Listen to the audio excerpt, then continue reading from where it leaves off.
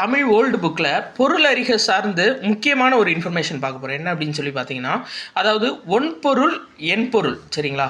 ஒன்பொருள் அப்படின்றது 3 சுழி இன் வந்திருக்கு பாருங்கள். ஒன்பொருள் அப்படின்றது எண்பொருள், இன்னொன்று உருப்பொருள், உள்கு பொருள். இது ரெண்டுக்கும் என்ன வித்தியாசம்னு பார்க்க போகிறோம். ஃபஸ்ட்டு பாருங்கள், ஒன்பொருள் 3 சுழி இன் அப்படின்னா சிறந்த பொருள் அப்படின்னு அர்த்தம்.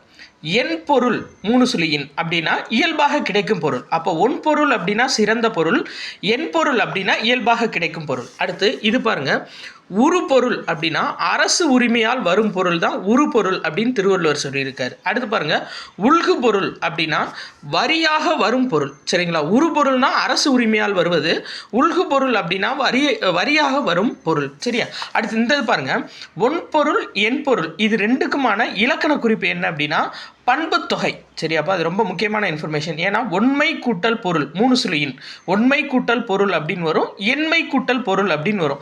ஏன்னா ஒன்பொருள் அப்படின்றது சிறந்தன் வந்துருதா, அது சிறந்தன் வந்ததுனால பண்புத்தொகை.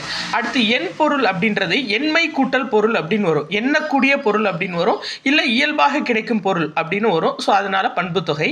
இந்த 4 இன்ஃபர்மேஷனும் ரொம்ப முக்கியமாக பார்த்துக்கோங்க.